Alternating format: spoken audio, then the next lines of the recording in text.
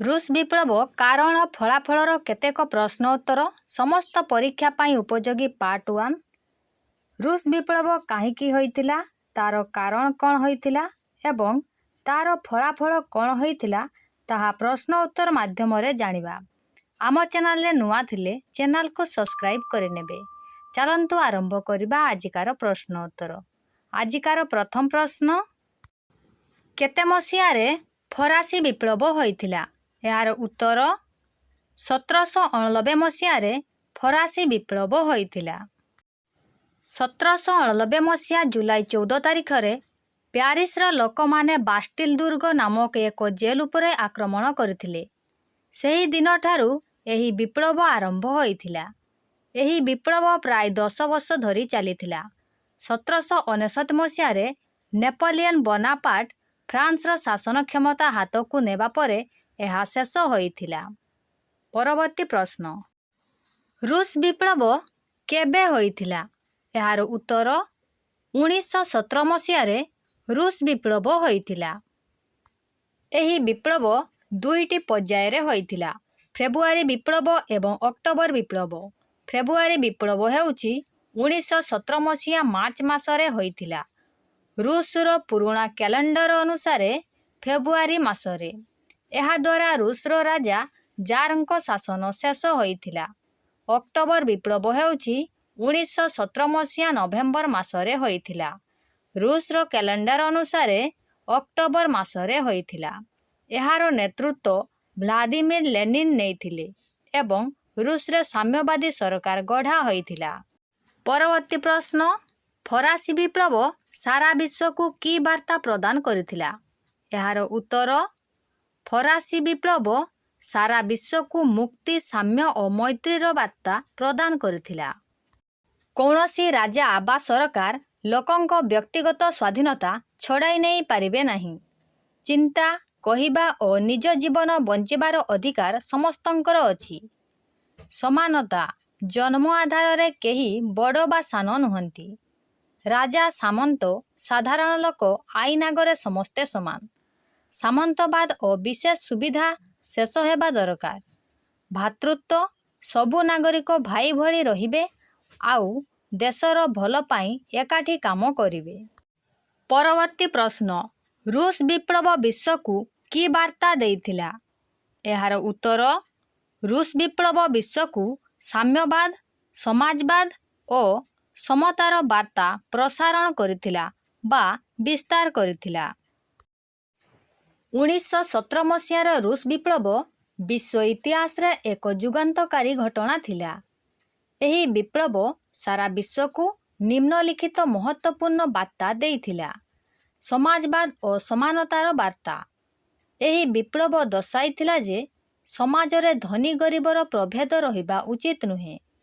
देशर संपत्ति उपरे समस्तंकर समान अधिकार रहिबा दरकार। श्रमिक और चाषींक शक्ति।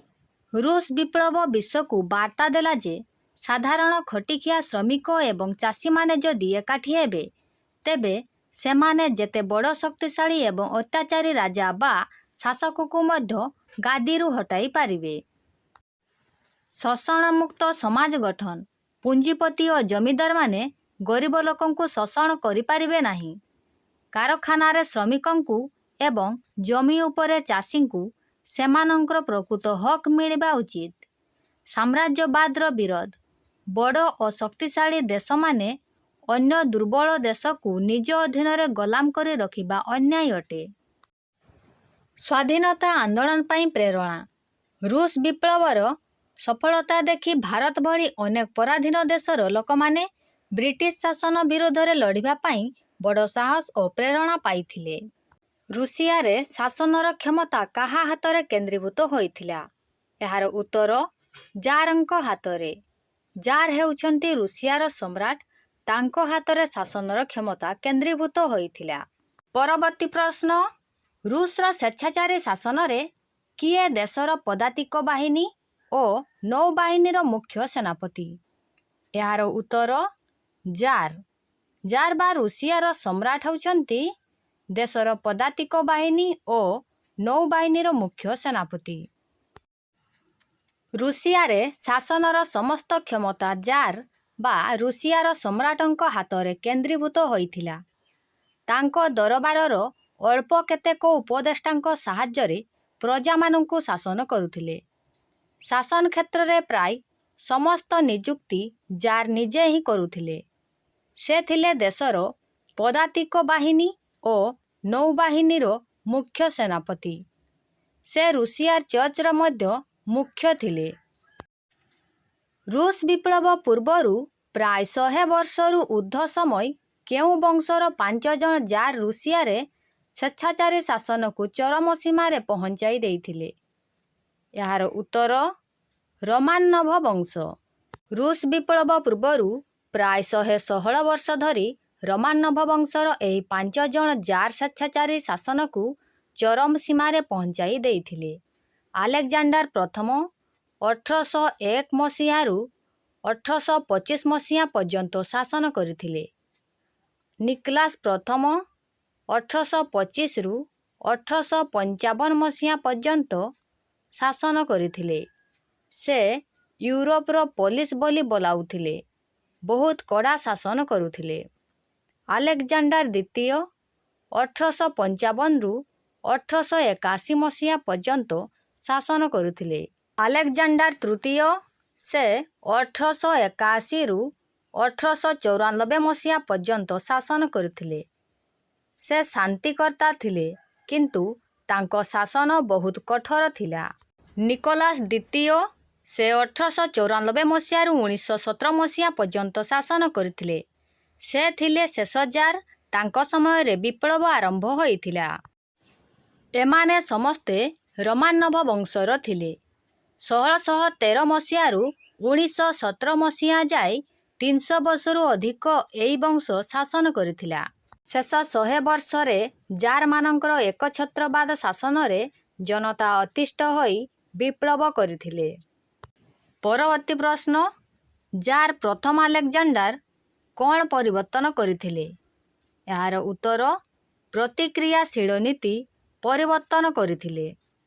ଜାର୍ ଶାସନର କିଏ ଅତ୍ୟାଚାରୀ ଶାସକ ଥିଲେ? ଏହାର ଉତ୍ତର ପ୍ରଥମ ନିକୋଲାସ୍। ସେ 1825 ମସିହାରୁ 1855 ମସିହା ପର୍ଯ୍ୟନ୍ତ ଶାସନ କରିଥିଲେ। ପରବର୍ତ୍ତୀ ପ୍ରଶ୍ନ, ଜାର୍ ଦ୍ୱିତୀୟ ଆଲେକଜାଣ୍ଡାର କେତେରୁ କେତେ ମସିହା ପର୍ଯ୍ୟନ୍ତ ଶାସନ କରିଥିଲେ? ଏହାର ଉତ୍ତର ସେ 1855 ମସିହାରୁ 1881 ମସିହା ପର୍ଯ୍ୟନ୍ତ ଶାସନ କରିଥିଲେ। ପରବର୍ତ୍ତୀ ପ୍ରଶ୍ନ, ରୁଷିଆରେ କେତେ ଲକ୍ଷ ଲୋକ କୃଷିଭୃତ୍ୟ ବା ସର୍ପ ଥିଲେ? ଏହାର ଉତ୍ତର 230 ଲକ୍ଷ ଲୋକ କୃଷିଭୃତ୍ୟ ବା ସର୍ପ ଥିଲେ। ରୁଷିଆରେ ସର୍ପ ପ୍ରଥା କେବେ ଓ କାହା ଦ୍ୱାରା ଉଚ୍ଛେଦ ହୋଇଥିଲା? ଏହାର ଉତ୍ତର 1861 ମସିହାରେ ଜାର୍ ଦ୍ୱିତୀୟ ଆଲେକଜାଣ୍ଡାରଙ୍କ ଦ୍ୱାରା ଉଚ୍ଛେଦ ହୋଇଥିଲା। ସର୍ପ ମାନେ ହେଲା ଜମି ସହ ବନ୍ଧା ହୋଇଥିବା କୃଷକ। ଦାସ ନୁହନ୍ତି, କିନ୍ତୁ ମୁକ୍ତ ବି ନୁହନ୍ତି। ଦାସ ଭଳି ବଜାରରେ ବିକ୍ରି ହେଉନଥିଲେ, ହେଲେ ଜମିଦାରଙ୍କ ବିନା ଅନୁମତିରେ ଗାଁ ଛାଡ଼ି କୁଆଡ଼େ ଯାଇପାରୁନଥିଲେ। ଜମି ସହ ବିକ୍ରି।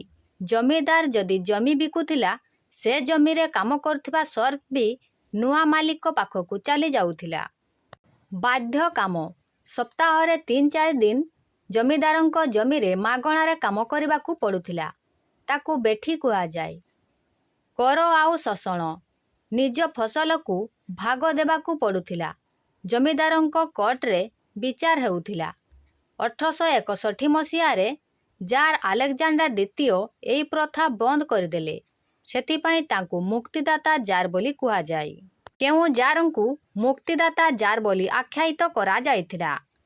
ଏହାର ଉତ୍ତର ଜାର୍ ଦ୍ୱିତୀୟ ଆଲେକଜାଣ୍ଡାରଙ୍କୁ ମୁକ୍ତିଦାତା ଜାର୍ ବୋଲି ଆଖ୍ୟାୟିତ କରାଯାଇଥିଲା।